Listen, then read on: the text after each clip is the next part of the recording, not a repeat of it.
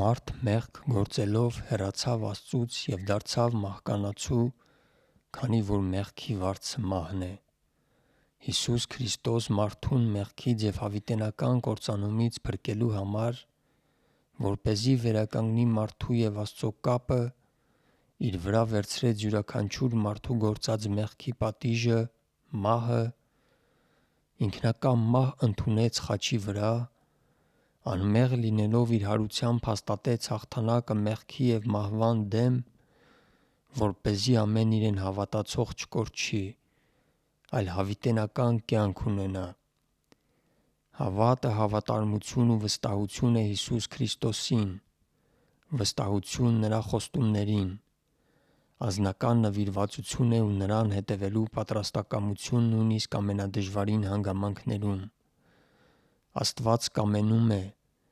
որ մարդ իրեն ընդունի ոչ թե հարկադրաբար, այլ ինքնական վստահելով։ Հավատը թույլ է տալիս մարդուն սիրով արձագանքել Աստծո սիրուն։ Փրկությունը պարգև է, իսկ հավատը այն ձեռքն է, որն ընդունում է այդ պարգևը։ Աստծո կատարելությունը անկալելի է մարդկային մտքի համար, իսկ հավատը թույլ է տալիս վստահել Նրան, նույնիսկ երբ ամեն ինչ չէ, որ պարզ է։ Հավատը ընդունում է, որ խաչի վրա կատարվեց Աստծո արդարությունը, անմեղ ինքնակամ ճաշակեց մահը յուրաքանչյուրիս անձնական մեղքերի փոխարեն և Աստծո ողորմածությունը, մեղավորը փրկություն է ստանում Հիսուս Քրիստոսով, որովհետև Քրիստոս իր մահով վճարեց մեր փրկագինը։ Աբրահամը հավատաց Աստծուն առանց որևէ ակնհայտ պատճառի, Թովմասը հարություն առած Քրիստոսի հայտնվելուց հետո հավատաց, բայց Հիսուսն առանձնացրեց նրանց, ովքեր հավատում են առանց տեսնելու։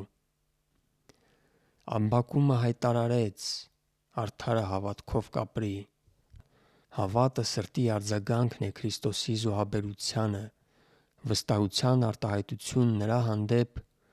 ով սիրում է մեզ աշխարհի հիմնադրումից առաջ։